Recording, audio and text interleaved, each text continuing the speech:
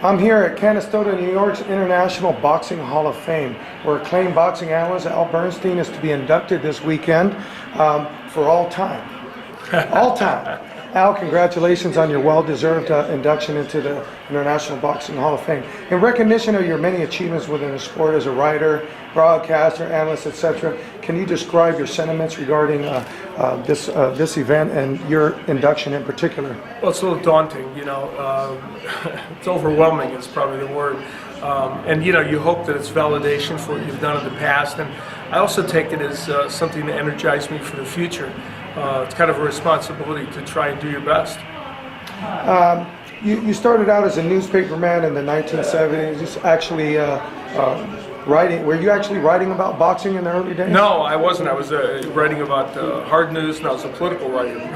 And then I wrote a book on boxing, and I had done some amateur boxing and I was freelancing then for Boxing Illustrated finally, and then it was when I kind of clawed my way in at ESPN. Interesting.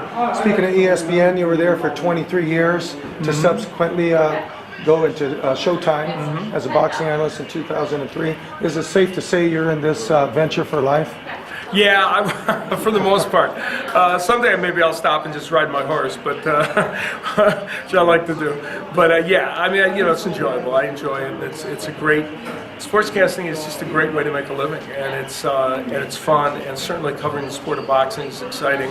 And I very much enjoy what I'm doing now at Showtime. So I would hopefully be able to continue that for the foreseeable future.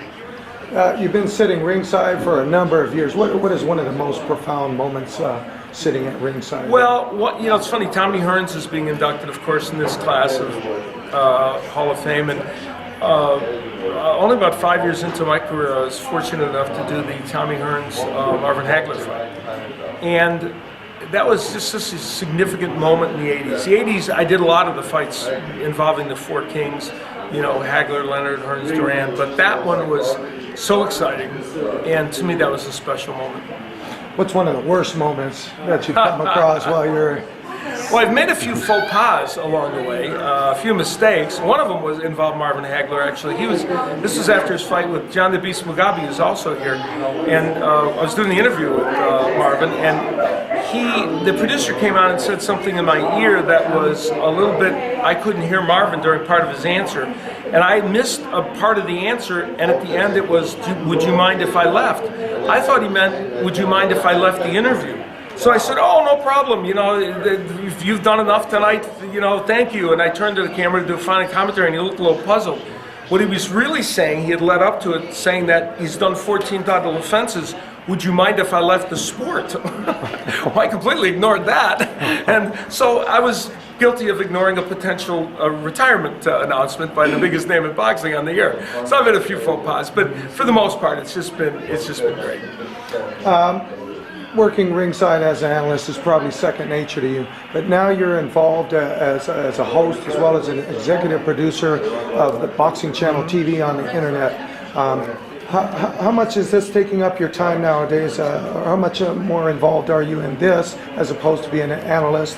Is this what consumes you the most at this point in time? Well, you know, it's kind of an equal division of labor, and part of the reason I'm doing that is because the internet is the new medium through which boxing is sent to people, you know, especially in the United States where the mainstream media has done a much less effective job of covering boxing. And so as a result, that's how people are getting their boxing news. And it is the way, maybe not today, maybe not tomorrow, maybe not even 3 years from now, but very soon, it's the way most of us will be getting a lot of our entertainment and a lot of our video entertainment and their information. So I feel like being a part of this channel and being able to do it on the internet makes sense.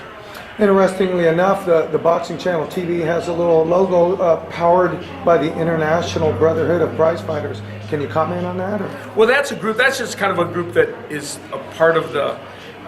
They're kind of the gentleman who owns it. That's their big philosophical group, if you will. It doesn't, you know, it powers what he has, other plans he has for boxing. I see.